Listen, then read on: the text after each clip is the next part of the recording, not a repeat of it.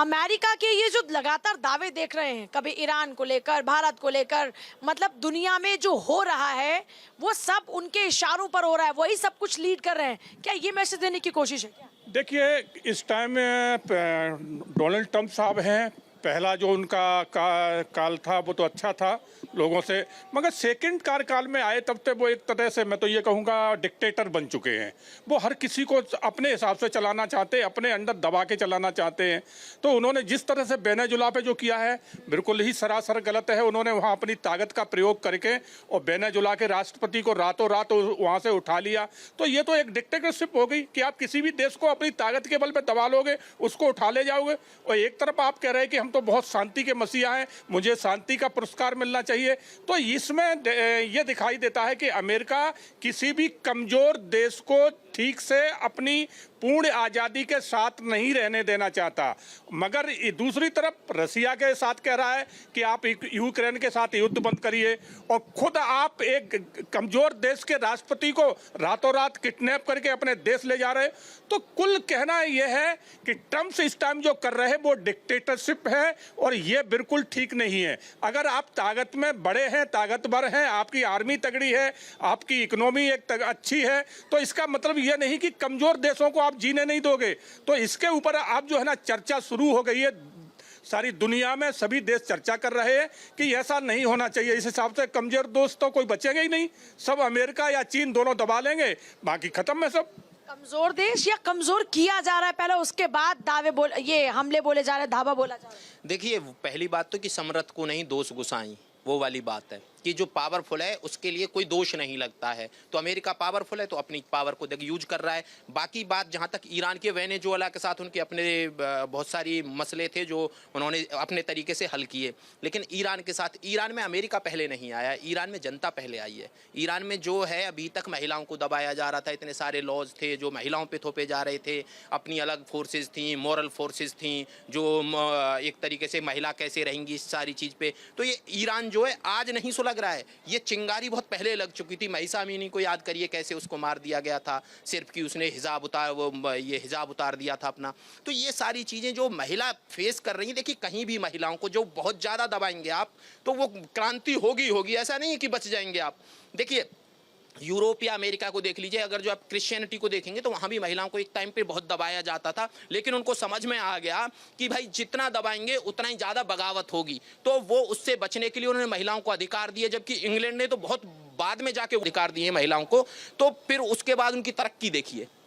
महिला देखिए किसी भी देश की आधी आबादी है, आधी आबादी काम ना करे, आधी आबादी को आप घर में रखें, बुर्का पहना के रखें, तो उस देश की इकोनॉमी का क्या होगा? महिला भी तो वर्क फोर्स है ना। अगर जो आप अपनी वर्क फोर्स को सही काम देते हैं, घर में पैसे आएंगे, आपके बच्चे पढ़ेंगे। पर ये तो वहाँ की पॉलिसी की बात हुई ना राहुल जी। अमेरिका कौन होता है ये कहने वाला कि हम ईरान को ग्रेट अगेन करेंगे? मीगा की बात करने वाले ट्रम्प कौन हो जाते हैं? देखिए यूनिपोलर जब वर्ल्ड है तो अमेरिका अपनी पावर दिखाएगा, और वो देखिए अमेरिका ने एक चीज एस्टेब्लिश कर ली है कि हम मानवाधिकारों के सबसे बड़े संरक्षक हैं। पूरी दुनिया में ये माना जाता है लोकतंत्र के हम सबसे बड़े संरक्षक हैं, लोकतंत्र हम बचाएंगे। तो जहां जहां ये चीजें होंगी अमेरिका आएगा ही आएगा। अमेरिका को आप ऐसे नहीं बोल सकते कि अमेरिका निकल जाएगा कहीं से। हर कोई देश एक दूसरे में इंटरेस्ट रखता है। और दूसरी चीज की ईरान के पास बहुत सारा तेल भी तो है, उस तेल का क्या करेंगे? देखिए अब क्या हो रहा है कि एआई के जो सर्वर हैं उनको चलाने के लिए बहुत बिजली चाहिए, गीगावाट में बिजली चाहिए। और वो बिजली कहां से बनेगी? बिजली बनेगी तेल से।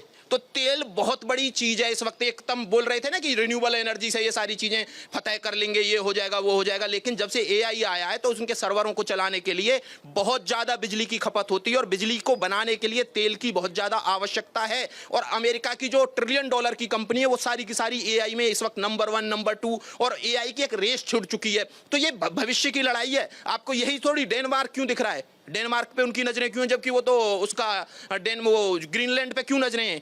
ग्रीनलैंड भी इसी वजह से कि वहां बहुत ज्यादा रिसोर्सेज हैं। उन रिसोर्सेज चाहिए। रिसोर्सेज किस लिए चाहिए? रिसोर्सेज चाहिए एआई को बनाने के लिए, और जो उनकी कंपनी है जो $1 ट्रिलियन की कंपनी है उनको बचाने के लिए। तो ये लड़ाई इस वक्त एक नया मोड़ ले रही है। अब इसमें ईरान पिसेगा, जो जिसके पास रिसोर्सेज होंगे वो पिसेगा ही पिसेगा, और ट्रंप जब तक हैं तब तक पिसते ही रहेंगे। आपका क्या कहना है इस पर?